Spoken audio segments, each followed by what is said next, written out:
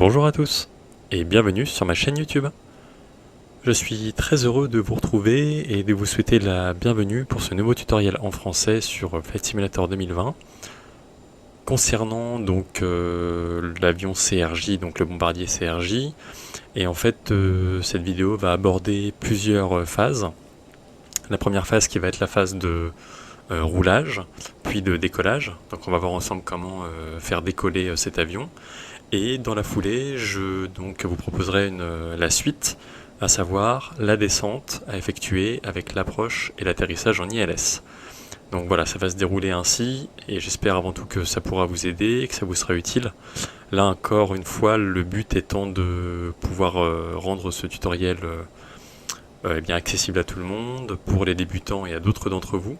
Et nous allons voir donc en plusieurs étapes comment faire décoller cet avion, et le faire descendre et atterrir. Voilà, donc bienvenue à tous.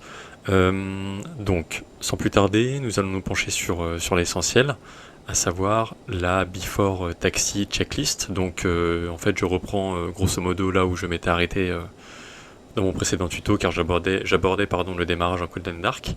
Et là, ça va concerner le roulage et le décollage. Donc, les moteurs étant allumés, l'avion étant presque prêt pour rouler, nous allons devoir faire quelques manips, notamment au niveau de l'overhead. Et donc la beacon est bien allumée, la lumière de navigation également, et la taxi light l'est aussi. Donc c'est bon. Ce que nous allons faire, c'est également paramétrer nos volets, qui sont bien sur 8 degrés comme indiqué sur la tablette pour le décollage. Donc le levier qui est ici. Et donc moi je vais les armer sur 8. Voilà.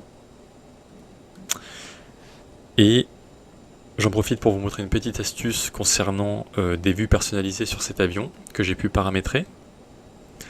Grâce à en fait une petite manip que j'ai faite directement dans le dossier de l'avion. Donc pour ma part, que je puisse vous montrer. Donc vous allez donc là c'est une petite parenthèse, vous allez dans votre dossier Community, puis vous allez dans le dossier de l'avion Aerosoft CRJ, puis dans SimObject, Airplane, CRJ 700, ici vous allez dans Caméra, et vous allez mettre cette valeur qui est ici au niveau de la ligne High Point, qui est donc la valeur -16.385. Cette valeur-là, une fois le fichier sauvegardé et fermé, puis après avoir redémarré le simulateur, vous permettra, en fait, lorsque vous apparaissez sur le tarmac, d'être en dehors de l'avion. Et de cette façon, avec les flèches, vous pourrez vous balader et aller sauvegarder vos vues. D'ailleurs, je vous invite à consulter mon tuto sur les vues personnalisées du 4 décembre 2020, qui montre notamment comment procéder aux vues personnalisées sur l'Airbus. Mais c'est le même principe sur le CRJ. Voilà. C'était pour la petite parenthèse. Donc, les 8 crans de volets sont bien maintenus, positionnés. Ce que nous allons faire, c'est également mettre en marche le TICAS de l'avion, qui permet en fait de signaler aux autres avions que nous sommes moteur tournant, et également de pouvoir signaler les autres avions justement. Donc en fait, sur le cadran qui est ici, vous avez la ligne TICAS, donc il faut cliquer à droite sur le bouton blanc, et le passer, donc ici vous voyez trafic sur ON. Voilà. Le TICAS est connecté et nous sommes visibles des autres utilisateurs, même si le trafic est très peu élevé. Voilà, on l'a activé. Et maintenant, sans plus tarder, nous allons pouvoir procéder au roulage pour aller jusqu'à la piste 21 à Nantes, en vue de notre décollage. Donc, mettons un petit peu les gaz, et allons en direction de la piste qui se situe sur notre droite. Voilà, j'ai desserré le frein de parc, et nous y allons tranquillement.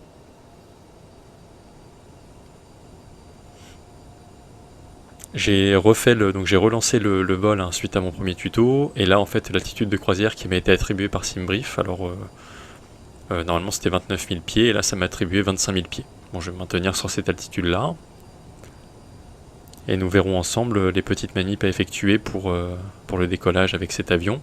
À savoir que comme énoncé par rapport au CRJ, c'est qu'il n'a pas d'auto-throttle. Il n'a pas d'automanette. Et donc en fait il faut faire les bonnes petites manips au décollage pour que l'avion fasse sa montée correctement. Et toujours surveiller que ici au niveau de la vitesse au sol, ground speed, voilà, vous êtes inférieur à 15 degrés. 15 nœuds, pardon. 15 nœuds maximum.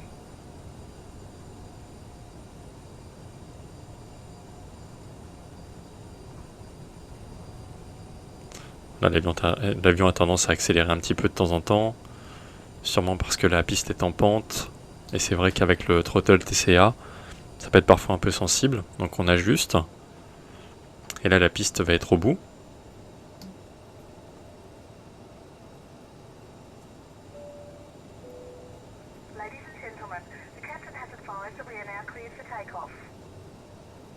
Voilà, donc petite annonce cabine, passager, pour avertir que nous allons entrer en phase de décollage d'ici peu.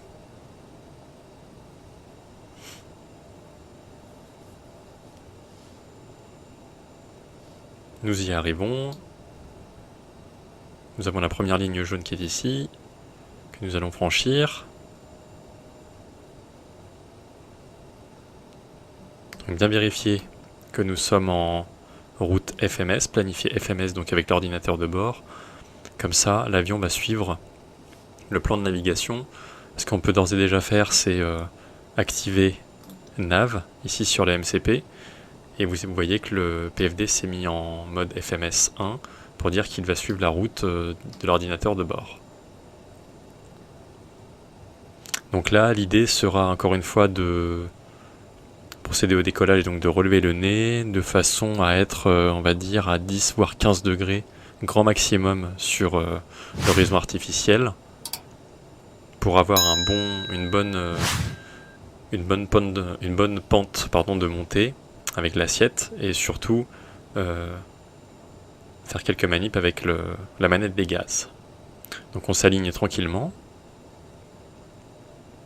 Voilà, on essaye de se mettre au centre comme on peut. On freine tranquillement. Voilà, pour procéder au dernier réglage. Je serre le frein de parc. Voilà. Donc les lumières. La taxi light n'est plus nécessaire. Nous allons pouvoir basculer les lumières d'atterrissage et de décollage, donc du coup sur on. Lumière anti-collision sur on. Logo et phare d'aile sur on. Nous sommes bons. Le flight director est on. Navigation est sur on. Et nous avons bien mis l'attitude de croisière souhaitée. Et donc la pression est bien sur 10,27 en temps réel à Nantes. Et donc là on va s'occuper du décollage, redresser le nez de l'avion. Vous allez voir qu'ici nous avons un virage à gauche après le décollage. Et nous allons devoir tenir l'assiette à 10-15 degrés, puis nous nous occupons de la vitesse et de l'enclenchement du pilote automatique. Et surtout, à bien mettre le throttle en toga, ici, suite à l'axe qui a été attribué sur la tablette. Donc, allons-y pour le décollage. C'est parti.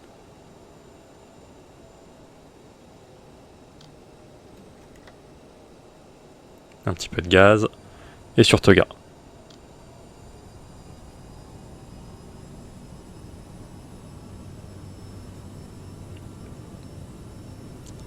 C'est parti.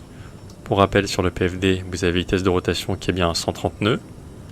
Donc on surveille le PFD, avec l'indicateur de vitesse qui est à gauche. On maintient le centre, un petit peu qu'il y a là du vent de travers du coup.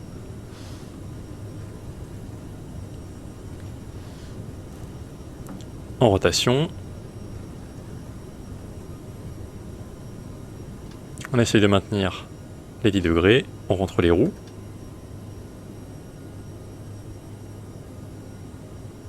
Voilà, on n'hésite pas à rabaisser un petit peu le nez ou alors à utiliser le compensateur de tangage, justement pour que le nez de l'avion s'abaisse un petit peu,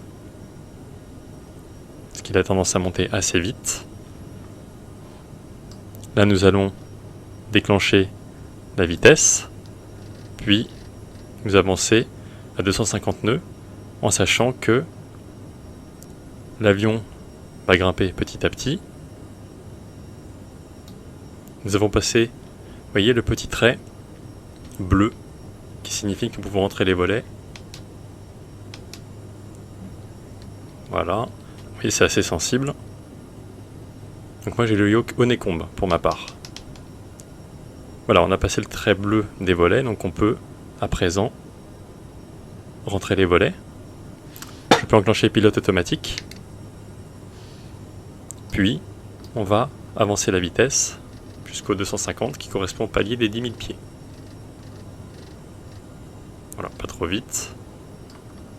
L'avion a tendance à être assez sensible pour les boutons. Voilà, donc là on a tourné à ce moment-là et l'avion va reprendre en fait sa trajectoire du FMS, tout simplement. Vous voyez que la pression clignote, ce qui veut dire que nous allons passer en atmosphère standard, pression atmosphérique standard. Donc sur le panneau de gauche ici avec les boutons, on peut cliquer sur barreau directement sur le bouton.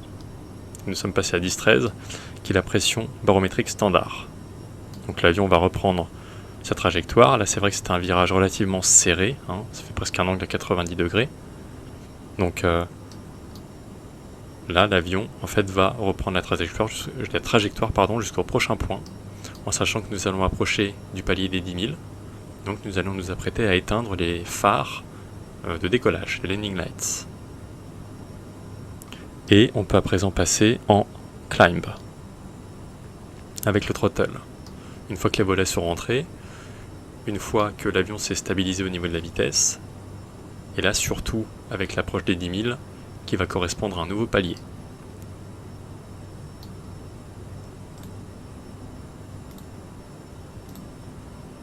Donc on s'apprête à éteindre les phares, voilà 10 000. On bascule sur l'overhead.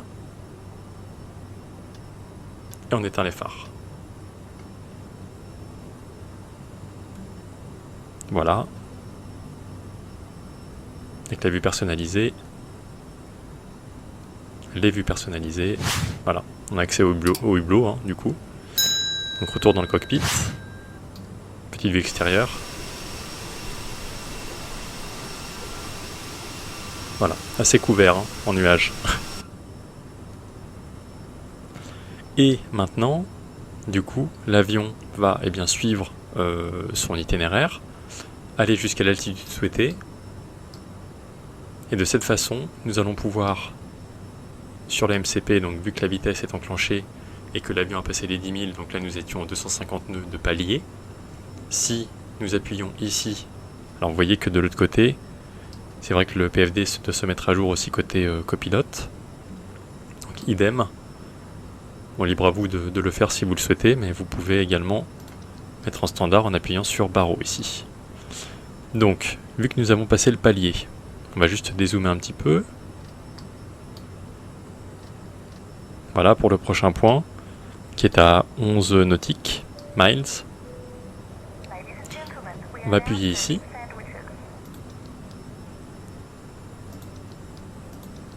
Donc là, vous voyez que quand vous appuyez, vous avez l'indication de vitesse qui passe en Mach et non en nœuds. Donc ce que l'on peut faire, c'est augmenter donc la vitesse restée en nœuds. Nous allons passer à une vitesse supérieure, en sachant qu'il n'y a pas d'ATC hein, sur ce tuto, hein, pour rester vraiment sur un tuto simple et que ce soit compréhensible pour tout le monde. Nous allons passer à 300 nœuds. Voilà, vous pouvez rester en max si vous voulez en appuyant sur le bouton. Et vu que la touche speed est sélectionnée et que l'avion est en climb, l'avion va, vous voyez, aller à sa vitesse désirée pour donc maintenir cette altitude. Vu qu'il doit prendre de la vitesse, il doit arrêter sa montée. Et là, en arrivant au palier des 300 nœuds, l'avion va petit à petit se réincliner pour reprendre de l'altitude en direction des 25 000. Voilà. Donc ça c'était pour le roulage qui était relativement court et le décollage avec quelques étapes, quelques manipulations à effectuer mais qui ont leur importance. Donc Ce que je vais faire, c'est que je vais couper, car l'avion là va faire sa montée et va aller en croisière. On se retrouve dans un instant.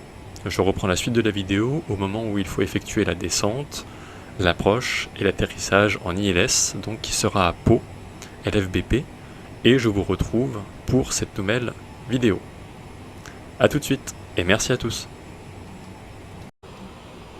Comme prévu, de retour afin de continuer de vous présenter les phases finales, si je puis dire, sur CRJ 700, donc le Bombardier CRJ 700.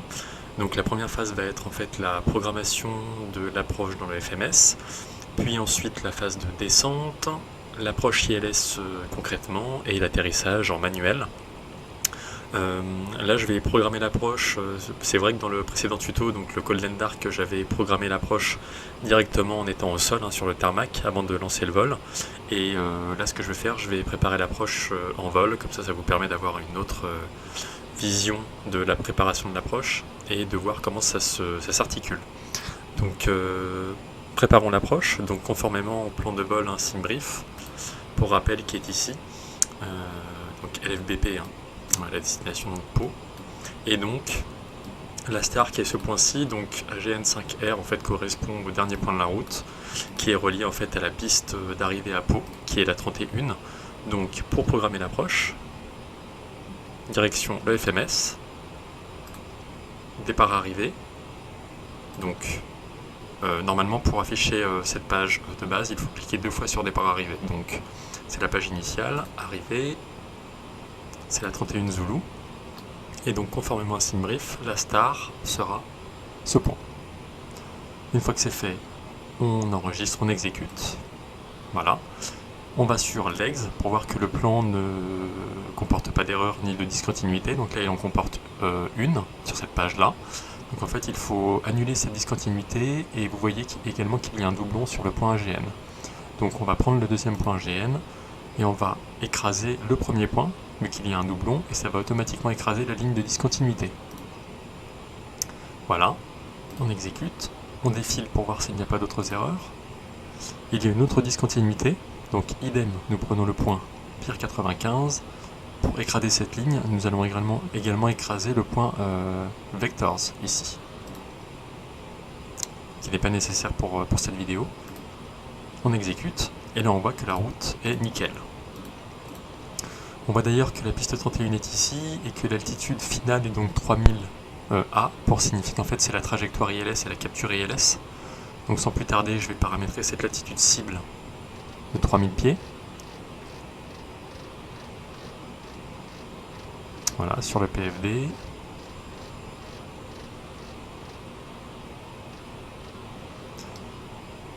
C'est fait. Et nous voyons donc que, après avoir programmé l'approche dans le FMS et après avoir supprimé les discontinuités et mis à jour la page Legs, on voit que le point Top of Descent est apparu ici. Et donc c'est à partir de ce point que nous allons commencer notre descente. C'est le début descente. Donc je vais zoomer un petit peu. Et pour la descente, voici comment ça se déroule. Vous avez la page Direct Interception ici. Donc en fait c'est une page qui vous présente en fonction des points, chaque point, le taux de descente que vous devez prendre pour rejoindre le point suivant. Donc là à partir du point sèche, et en sachant qu'il y a le Top of Descent au milieu, il y a le point AGN qui est le suivant. Je vais devoir prendre un taux de descente de 1200 pieds minute pour arriver au point AGN à l'altitude cible de 19 000 pieds, en sachant que le Top of Descent est au milieu. Donc je vais descendre à partir de ce point-là pour prendre le taux de descente que m'indique le FMS. Vous voyez, il est passé à 1300 pieds minute pour arriver à l'altitude cible, et ainsi de suite pour tous les points, car ça va être comme ça en fait jusqu'à l'interception ILS. Ce que je peux faire également, c'est programmer l'altitude de transition de Pau afin de revenir à la pression barométrique de Pau qui est de 10,22 hectopascal. Donc ça se trouve dans VNAV. Donc là c'est vraiment pour préparer l'approche et la phase finale. Next page, et on voit qu'ici c'est transition d'altitude pour la page Descent. Donc nous, ce qui nous concerne, c'est l'altitude de transition de Pau qui est bien de 5000 pieds. On exécute, ça c'est bon. On vérifie toujours que sur la map, on approche du TOD, du Top of Descent. Que la vitesse est bien satisfaisante par rapport à l'indicateur, même s'il n'y a pas d'auto-throttle. Moi je fais toujours en sorte d'afficher ici le petit trait de vitesse, avec le bouton qui est ici, pour savoir à quelle vitesse m'en tenir. Et nous allons insérer la fréquence ILS, qui est donc bien à paramétrer dans l'avion pour capturer la bonne fréquence du localizer et du glide slope. Donc, sur l'écran qui est ici, celui-ci, vous avez la deuxième ligne intitulée Navigation. Pour rendre la fréquence active de Pau, donc qui est la fréquence 110.10, il faut cliquer sur le bouton à droite. Modifier avec la petite molette 110.10 pour Pau. Et passer cette fréquence en active. Et appuyer sur le bouton blanc. Elle est passée en vert. Ce qui est parfait. Et si on jette un coup d'œil sur la tablette, on voit que la vitesse, la VRF pour l'atterrissage, sera de 136 nœuds. On peut cliquer sur Set All, et il faudra se baser sur cette vitesse-là pour l'atterrissage, car je vous rappelle que je prendrai la main pour l'atterrissage, car c'est vrai que par moment l'avion a une capture ILS qui n'est pas forcément très précise, et je m'assurerai de prendre le contrôle de l'avion en manuel. Ça c'est un bon entraînement aussi pour finaliser la phase d'approche et atterrissage. Donc on a passé le top of descent, on va descendre tranquillement. Donc si je reprends le point AGN, donc là il me demande de prendre un taux de 2009 parce que j'ai pris un petit peu de retard. Donc vertical speed ici, le bouton VS. Voilà, on descend, on glisse, faites le bouton vers le haut pour down.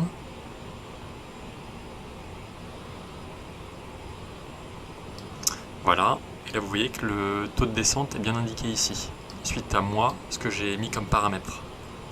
Donc on est bien à 2500 pieds minutes pour le taux de descente, vous l'avez en indication ici, et en indication en bas à droite du PFD avec le cadran, l'arc de cercle. Je vais réduire la vitesse. Vu que j'ai pris un taux de descente assez important, l'avion a tendance à augmenter sa vitesse. Donc toujours vérifier sur l'anémomètre que la vitesse est bonne par rapport à votre descente, car je le rappelle, il n'y a pas d'automanette, donc il faut vraiment gérer la vitesse de A à Z manuellement. Donc ça c'est un petit peu la particularité de cet avion. Ce que je vais faire, vu que l'avion descend, je vais paramétrer une approche et régler une vitesse de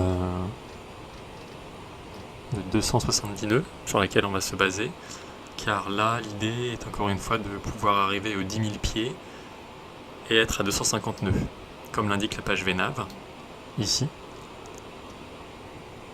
Donc en fait, gardez en tête que les 250 nœuds aux 10 000 pieds, c'est indispensable. C'est la restriction.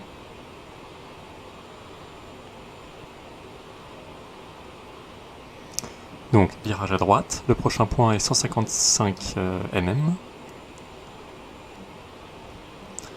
Alors, donc 155, November Mike. Donc, le FMS indique que l'on doit être à 14 000 pieds à ce point et qu'on doit prendre un taux de descente de 2400 pieds pour y arriver. Donc, j'étais à 2005. Je passe à 2004. 2.4.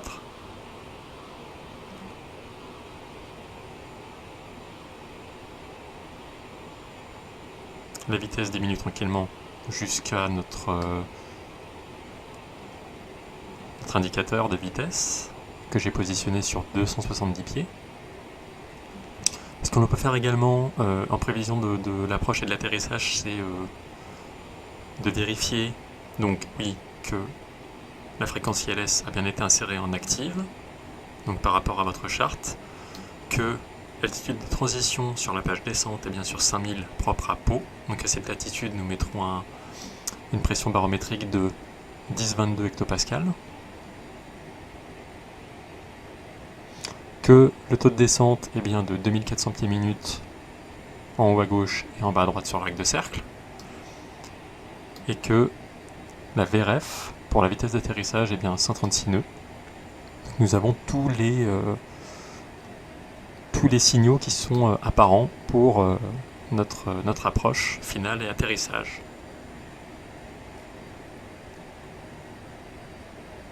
Vous voyez, en fonction de votre descente, de la vitesse que prend l'avion, puisque c'est en vitesse manuelle, des fois le taux de descente du FMS se met à jour. Là, il est passé à 2100 pieds minute. Donc je peux réajuster.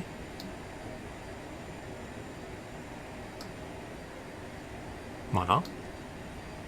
Et je vais arriver petit à petit. Vous voyez, la flèche de l'indicateur de vitesse est à ce niveau-là. Il y a un petit trait violet très léger en dessous. Ça veut dire que la vitesse diminue très lentement. Je peux faire diminuer davantage et le trait s'agrandit. C'est vraiment moi qui saisis en fait mon throttle pour le faire descendre. Pour faire descendre la vitesse.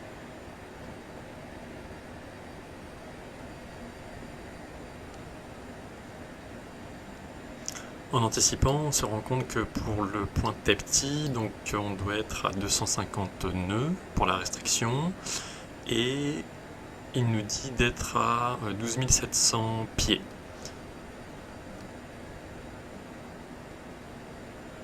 Donc on va continuer comme ça pour l'instant.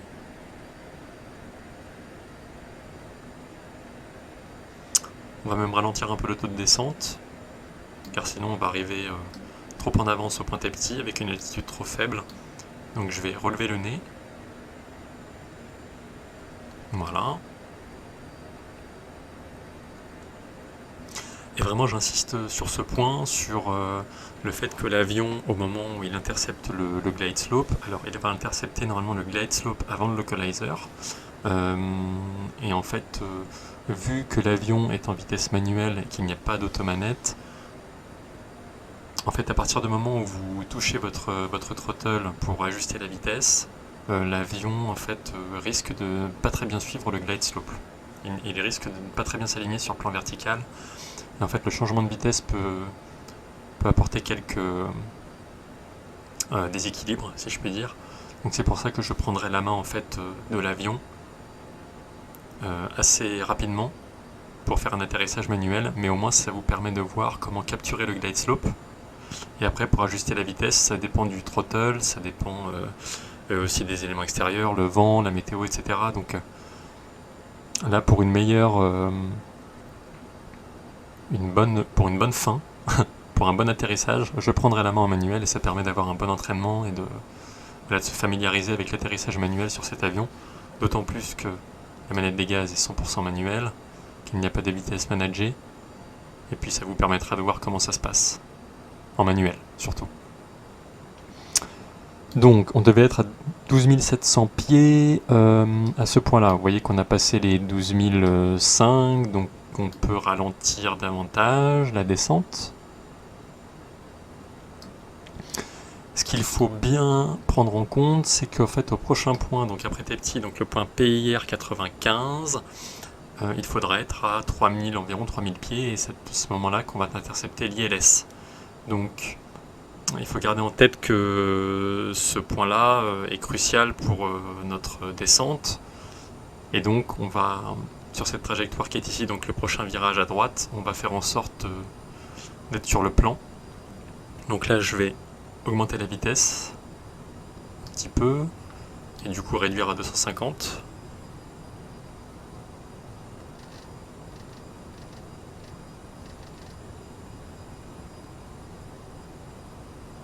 Voilà. Je vais zoomer davantage, car plus je m'approche de la fin du vol, plus je zoome pour avoir une bonne visibilité sur les points.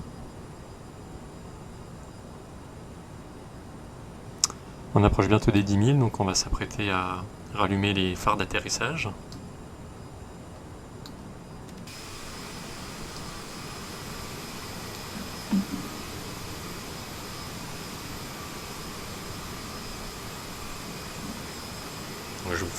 Je vous partage plusieurs vues, plein virage.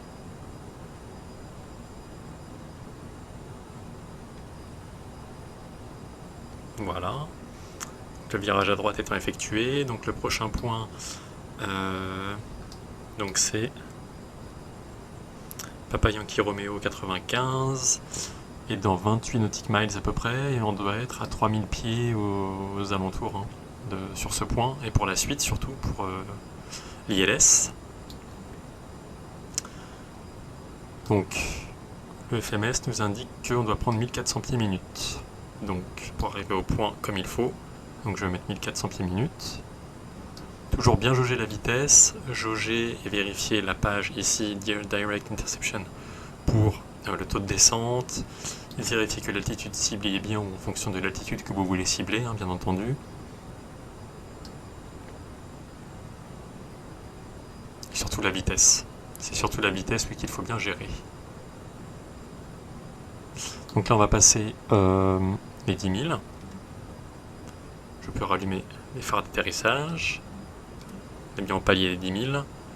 Là l'avion, vous voyez, a accéléré un petit peu parce que j'ai augmenté le taux de descente. Donc je vais décélérer avec la manette des gaz.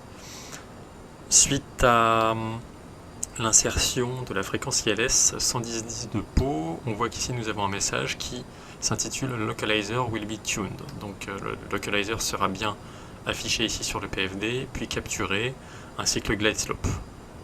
Donc tout est cohérent.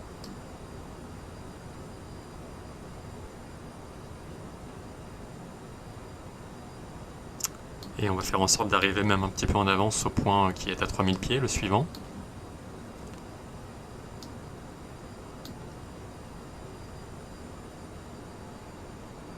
Donc je jauge un petit peu la vitesse. Je peux d'ores et déjà décélérer un petit peu. On va mettre à 240 nœuds. Indicateur, voilà.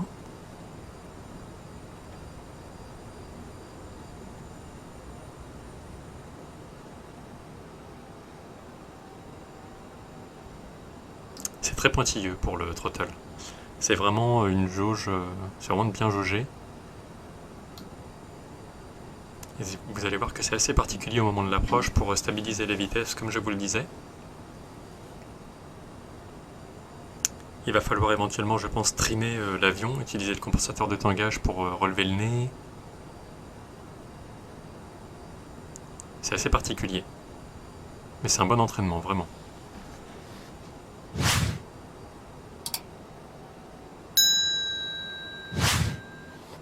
Voilà, on décélère.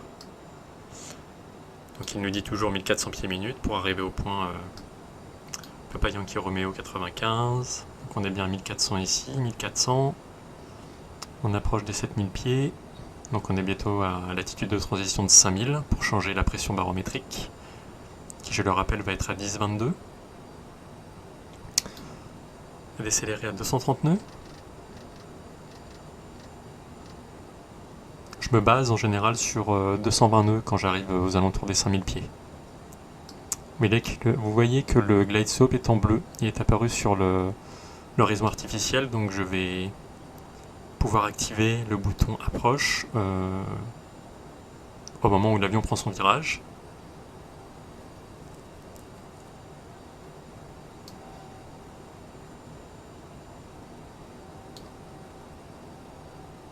J'aide l'avion à décélérer. Je vais passer sur 220 nœuds, gentiment.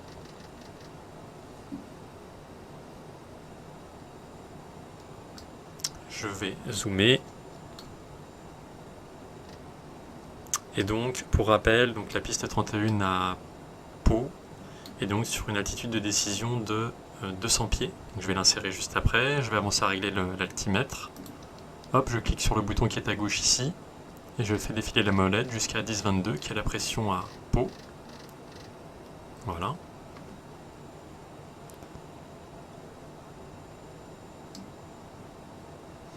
Et donc je suis bien ici sur le bouton de gauche Decision 8 MDA. Donc là je vais appuyer sur le bouton. C'est apparu ici et on est bien sur 200.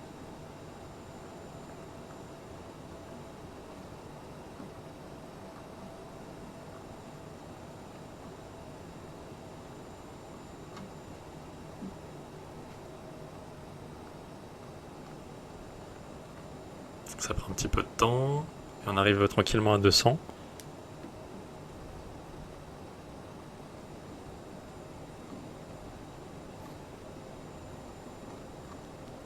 altitude à laquelle en fait les 200 pieds au-dessus du sol en fait, où le pilote doit indiquer qu'il confirme l'atterrissage, ou alors si jamais il devait y avoir un atterrissage interrompu, c'est à cette altitude-là. Voilà, il devait y avoir un changement de trajectoire. Donc c'est bien la Decision 8 qui est appliquée de 200 relative à la charte aéroport de Pau pour la piste 31. On arrive gentiment à 220 nœuds. Le glide slope est un petit peu avant les airs, avant les ailes, pardon, au-dessus. L'avion prend la trajectoire. On arrive aux 220 nœuds, je vais pouvoir sortir un cran de volet.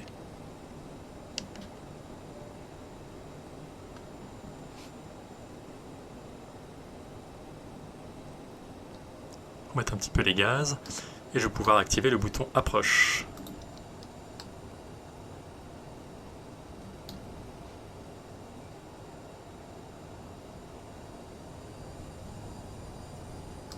Donc je vais décélérer à 200 nœuds.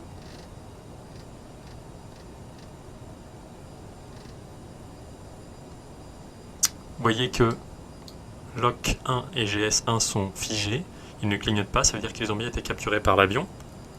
D'ailleurs on peut le remarquer car la piste est droit devant. Donc là c'est là où il va falloir jauger la vitesse. Donc je vais décélérer à 180 nœuds.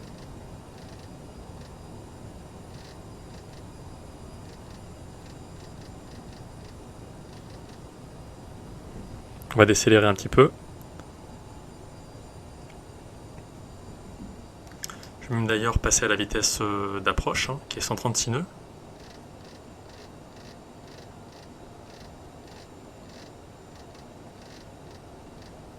Voilà. On décélère.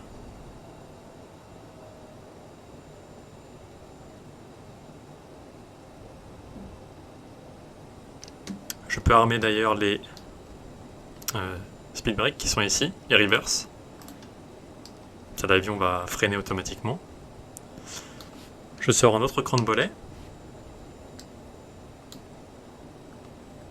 Je sors les roues.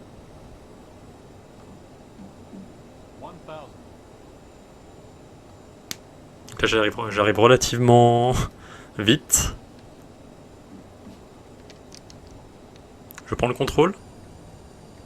Ok. Minimums 100, 50, 40, 30, 20, 10.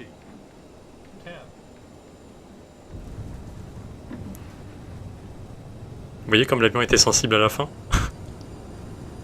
Voilà, j'ai activé les reverse. Et l'avion freine automatiquement.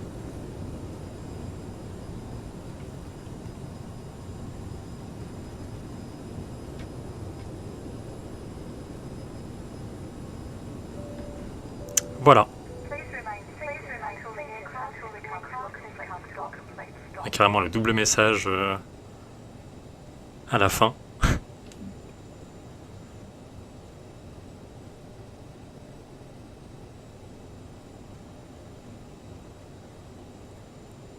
Voilà. Donc c'était pour vous montrer la phase finale, les phases finales sur le CRJ 700, le Bombardier. Donc vous voyez, c'est un petit peu particulier.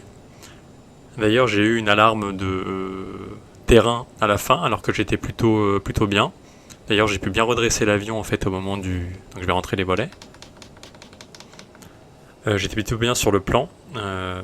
J'ai dû en fait cabrer à la fin pour réduire la vitesse, car c'est vrai que la vitesse était un petit peu élevée. Ça change carrément de l'Airbus, ou en tout cas des avions qui ont une automanette, ça je peux vous l'assurer. Donc c'est vraiment une question de pratique, je pense, et d'habitude. En tout cas là, ça m'a permis de bien frôler la piste à la fin, de réduire la vitesse, et savoir que l'alarme de terrain qui s'est produite n'a pas eu d'incidence. Sûrement parce que l'avion a pensé que j'arrivais un peu vite. Au final, j'ai pu réduire la vitesse. Et au moins, ça m'a permis de faire l'arrondi. Donc nous sommes bien arrivés à Pau et j'espère que ces plusieurs étapes vous permettront d'y voir plus clair, notamment sur la planification de l'approche, sur la descente avec la page Direct INTC, sur la capture du localizer et du glide slope, donc avec la fréquence ILS à insérer sur le cadran côté gauche pédestal ou côté droit, et également que vous pourrez vous habituer à faire les atterrissages en manuel, parce que c'est vrai que le glide slope n'est pas entièrement précis, surtout avec la vitesse manuelle. Voilà. Donc encore une fois, ce tuto est pour tous les débutants. J'espère que ça vous aura aidé, j'espère que ça vous aura plu et que ça vous permettra d'y voir plus clair. Et dans tous les cas, j'espère que ça vous sera utile. Je retourne au parking, donc je vais au parking de Pau pour garer l'avion. Je ne manquerai pas de vous retrouver avec grand plaisir pour d'autres vidéos, d'autres tutos en français. Et en tout cas, je vous souhaite de très bons vols et portez-vous bien. Au plaisir et à bientôt tout le monde. Ciao.